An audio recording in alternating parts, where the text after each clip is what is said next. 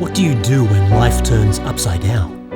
When the skies darken, the waters rise, and the world you knew seems to be dissolving beneath your feet. That's when the story of Noah's Ark becomes one of the most powerful metaphors in the entire Bible. We think we know the story. A man builds a boat, gathers the animals, and survives the flood. But what if this tale wasn't really about a flood or a boat? What if it was a spiritual map for surviving your own inner storms?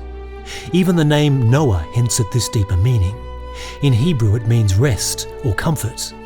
That alone should tell us this story isn't just some ancient fable about a vengeful God punishing the world for its sins. It's about something deeper.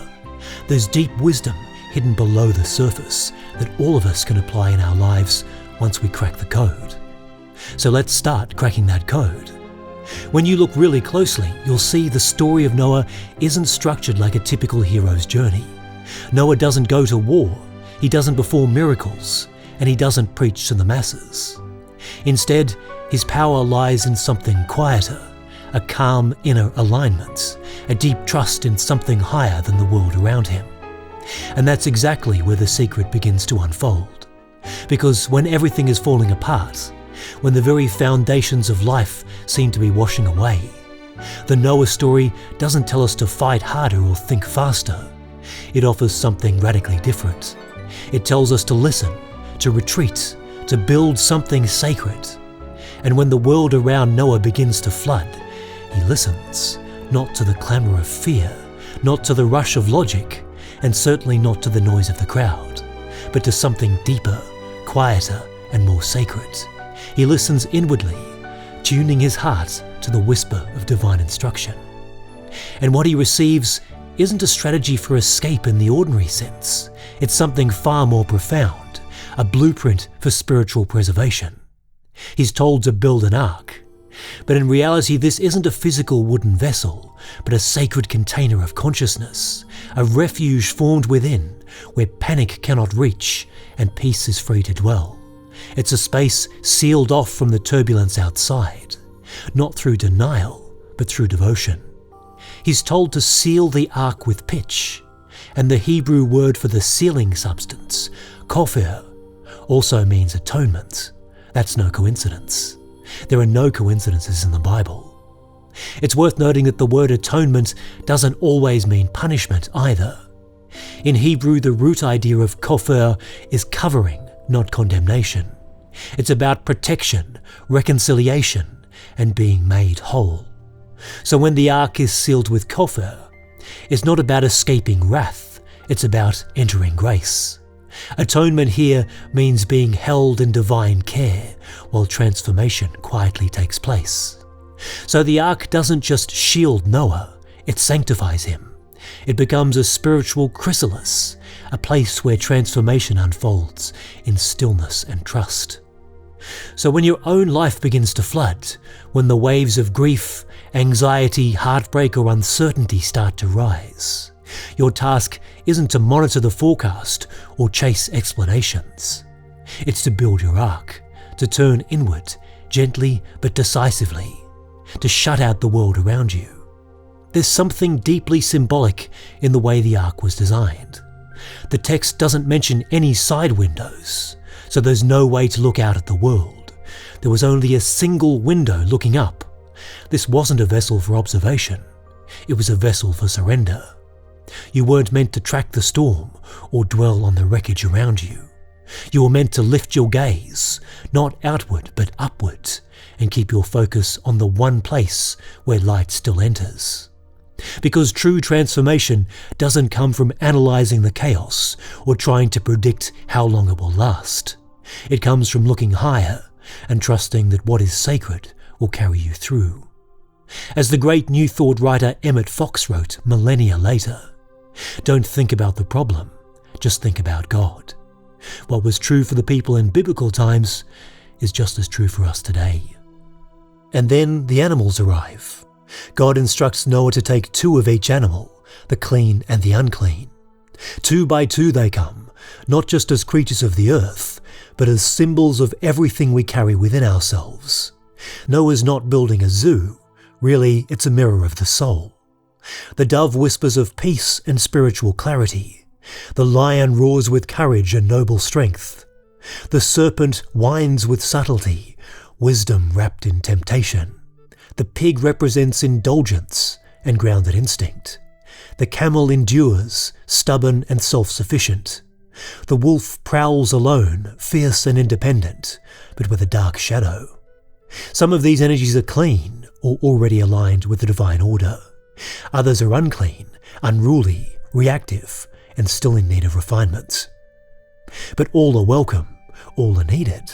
Every part of the inner world is invited into the ark, not to be punished or cast out, but to be held in stillness, carried through the storm, and transformed along the way. You don't reach your new world by cutting off parts of yourself or pretending they don't matter. You get there by bringing every part of you into the ark, not to hide them away, but so they can be transformed. Everything within you that can be redeemed will be. And then the rain begins. For 40 days and 40 nights, the flood covers everything. And again, no numbers in the Bible are ever random. In the Bible, 40 is a symbol, a sacred code, for however long it takes to change. When Moses climbed Mount Sinai, he stayed there 40 days and 40 nights to receive divine law. When Jesus began his ministry, he fasted in the wilderness for 40 days to clear the way for something new. And when the Israelites wandered in the desert for 40 years, it wasn't about distance, it was about dissolving everything they weren't until they were ready to become something more. It was the time it took them to unlearn slavery and step into freedom.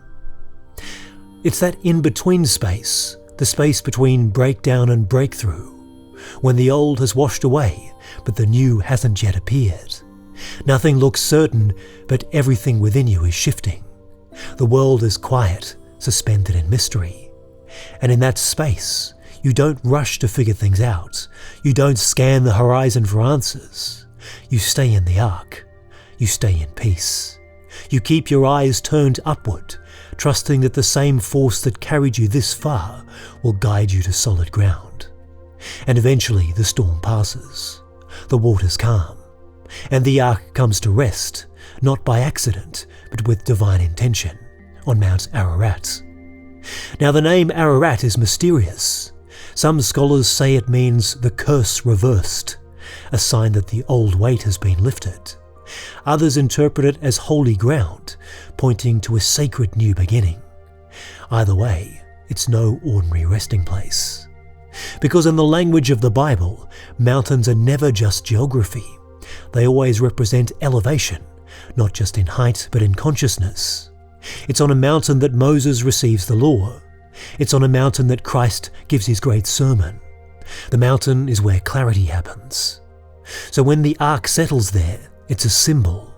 You've risen above the flood, above your old patterns, your former fears, and landed in a higher awareness. You're not just safe, you're transformed. But Noah doesn't rush. He doesn't push open the door just because the sky is clear. Instead, he waits. He sends out a raven, a wild, restless bird, to search the waters. But it never returns. It circles and wanders, unable to land, caught in motion with nowhere to settle. In spiritual symbolism, the raven represents the untamed mind, restless, analytical, grasping for control. It's the part of you that wants certainty before peace, answers before trust. But in the midst of spiritual transformation, that mindset can't land. It just hovers, paces, and loops. Because true clarity doesn't come from trying to figure everything out. It comes from trusting and waiting.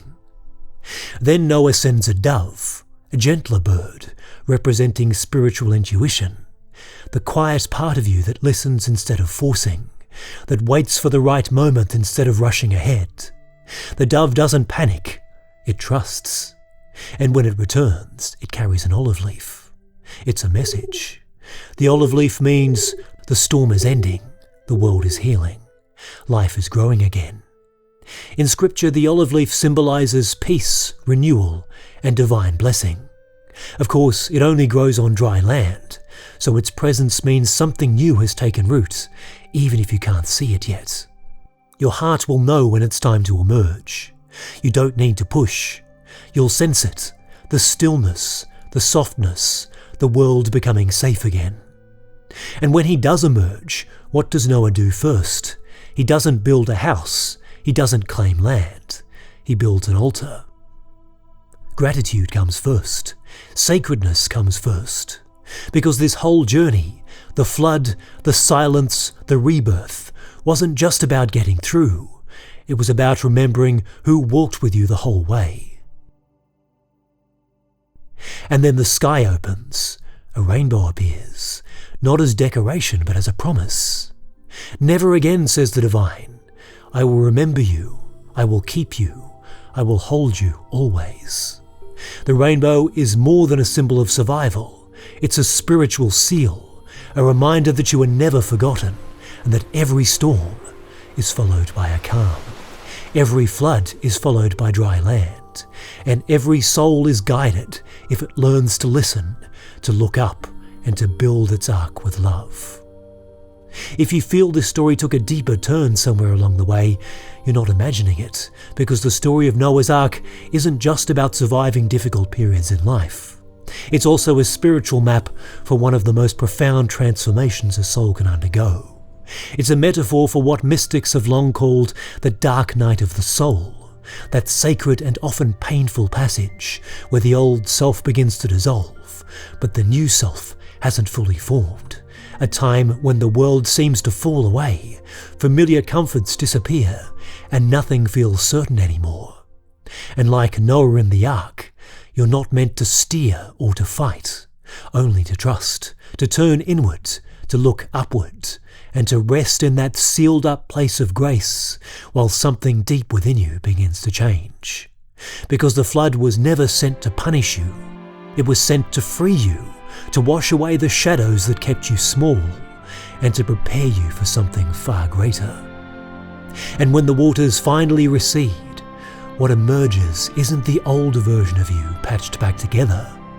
What rises from the deep is a new creation, a soul reborn, a being remade in light, glorious, radiant, and ready to walk upon higher ground.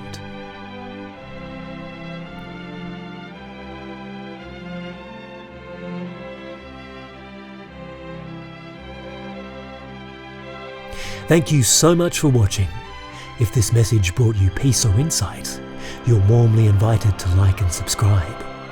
And if someone comes to mind, someone who might need this message too, you might consider gently sharing it with them. It could mean more than you know. Many blessings to you, and good night for now.